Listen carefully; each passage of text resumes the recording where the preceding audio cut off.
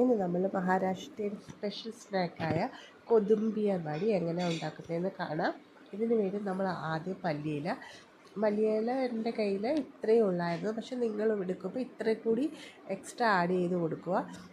മല്ലിയിലയുടെ ആ ഒരു ടേസ്റ്റാണ് ഇതിൻ്റെ ഹൈലൈറ്റ് എന്ന് പറയുന്നത്. അപ്പോൾ കുറച്ചുകൂടി മല്ലിയില ആഡ് ചെയ്ത് കൊടുക്കുക. അതിനുശേഷം നമ്മൾ ഒരു ബൗൾ കടലമാവ് ആണ് എടുത്തിരിക്കുന്നത്.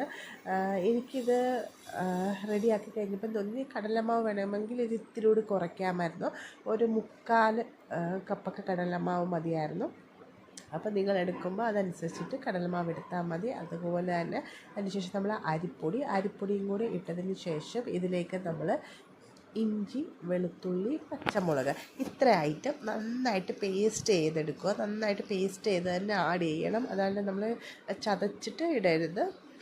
നന്നായിട്ട് പേസ്റ്റ് ചെയ്തിട്ട് തന്നെ ഇതിലേക്ക് ആഡ് ചെയ്യുക. അതിന് ശേഷം നമ്മൾ ഇതിലേക്ക് നമ്മുടെ പുളി ആണ് വെള്ളത്തിലിട്ട് പിഴിഞ്ഞ് പുളിയും കൂടി ആഡ് ചെയ്ത് കൊടുക്കുന്നുണ്ട്.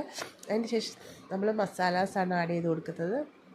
മുളക് പൊടി, മഞ്ഞൾപ്പൊടി, മല്ലിപ്പൊടി, അതുപോലെ തന്നെ ഉപ്പ്, കുറച്ച് ബേക്കിംഗ് സോഡ, കുറച്ച് ജീരകം, അതുപോലെ തന്നെ ഗരം മസാല, ഇത്ര സാധനം നമ്മൾ ഇതിലേക്ക് ആഡ് ചെയ്ത് കൊടുക്കുന്നുണ്ട്. അതുപോലെ തന്നെ നിങ്ങളുടെ കയ്യിൽ വെള്ള എള്ളുണ്ടെങ്കിൽ എള്ള് കൂടി ഇതിലേക്ക് ആഡ് ചെയ്ത് കൊടുക്കുക. അത് നല്ലൊരു ടേസ്റ്റ് തന്നെ തരും ഈ ഒരു ഡിഷിന്.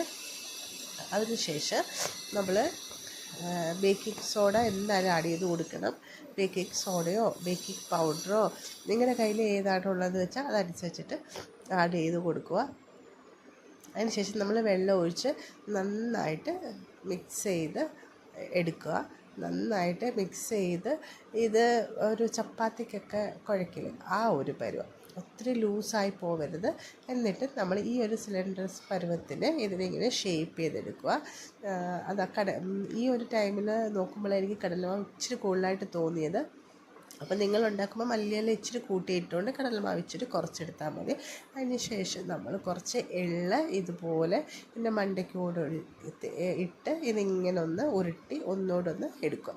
അതിന് ശേഷം നമ്മൾ ഇത് ഒന്നുകൂടെ ഷേപ്പൊക്കെ ചെയ്ത് ഇത് സ്റ്റീം ചെയ്താണ് നമ്മൾ ആദ്യം എടുക്കുന്നത്. അപ്പോൾ ആദ്യം നമ്മളൊരു ഇഡ്ഡലി തട്ടിൽ വെച്ചിട്ട് ഇത് നന്നായിട്ട് ഒന്ന് സ്റ്റീം ചെയ്ത് കുക്ക് ചെയ്തെടുക്കുക. ഇത് നന്നായി കുക്കായതിന് ശേഷം ഇത് നമ്മൾ കുറച്ച് ടൈം ഇതൊന്ന് തണുക്കാൻ വേണ്ടി വെക്കണം. ഇത് നന്നായി തണുത്തതിന് ശേഷമേ നമ്മളെടുക്കാവൂ. നന്നായി തണുത്തതിന് ശേഷം നല്ല ഈ ഒരു രീതിയിൽ നമ്മളിതിനെ കട്ട് ചെയ്ത് ആണ് എടുക്കുന്നത്. നന്നായിട്ട് കട്ട് ചെയ്ത് എടുത്തിട്ടുണ്ട് ഇപ്പം എല്ലാം. അതിനുശേഷം നമ്മളിതിൽ തിളച്ച എണ്ണയിലിട്ട് നമ്മളിതിപ്പോൾ ഡീപ്പ് ഫ്രൈ ചെയ്താണ് എടുക്കുന്നത്. നിങ്ങൾക്കിപ്പോൾ ഡീപ്പ് ഫ്രൈ വേണ്ടെങ്കിൽ ജസ്റ്റ് ഒന്ന് തവയിലൊന്ന് ഇച്ചിരി എണ്ണയൊക്കെ തുടക്കി അത് ഷാലോ ഫ്രൈ ചെയ്ത് ഒന്ന് ഇച്ചിരി ടൈം വെയിറ്റ് ചെയ്ത് ഒന്നുകൂടെ ഓൾറെഡി ഇത് കുക്കായതാണ്, അതുകൊണ്ട് ഒത്തിരി ടൈം എടുക്കത്തില്ല.